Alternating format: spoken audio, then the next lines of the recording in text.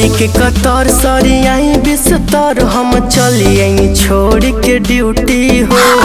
धैले जब बेचैनी हम खाना नहीं खैनी तो हर जब जब याद आइल ब्यूटी हो। झूठ मत बोली ब्यूटी हो हमरो के राजा तो है याद करत सब कलैया तो छोड़ी गइल फूटी हो। जब जब बिछौना पर सोती अकेला से जरिया कटे जैसे छूटी हो। चल के कोठरिया में मोरे धनिया तू हमके मोहब्बत के खोआ खियावा। सुना ए बोलो जी ए सजाना जी दिया बता के आवा।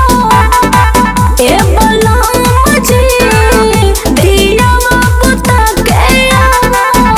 आवा ना ए बोलो जी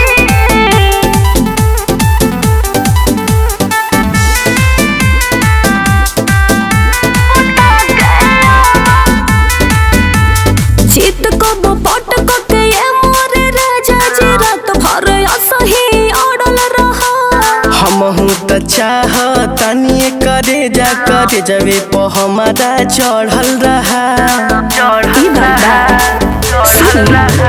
चित को पट को के ये मोरे राजा जी रात भर असही अड़ल रहा।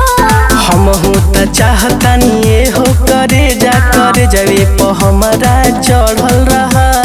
देहिया में सटी फेरी करवटी ये रानी हमार हिया जुड़ावा। ए बोलो जी ए सजान जी दिया बता के आवा।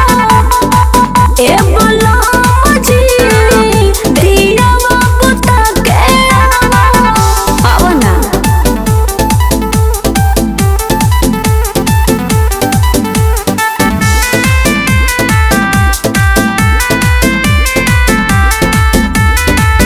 नहीं होता बर्दाश्त हमर बढ़ जाता सास राजा शुरू करो प्यार के तराना हो। आवा धली तोहे कोरा के मधिम जोरा फिर के मन जवन करन हो। नहीं होता बर्दाश्त हमर बढ़ जाता सास राजा शुरू करो प्यार के तराना हो। आवा धली तोहे कोरा के मधिम जोरा फिर करे मन जवन कर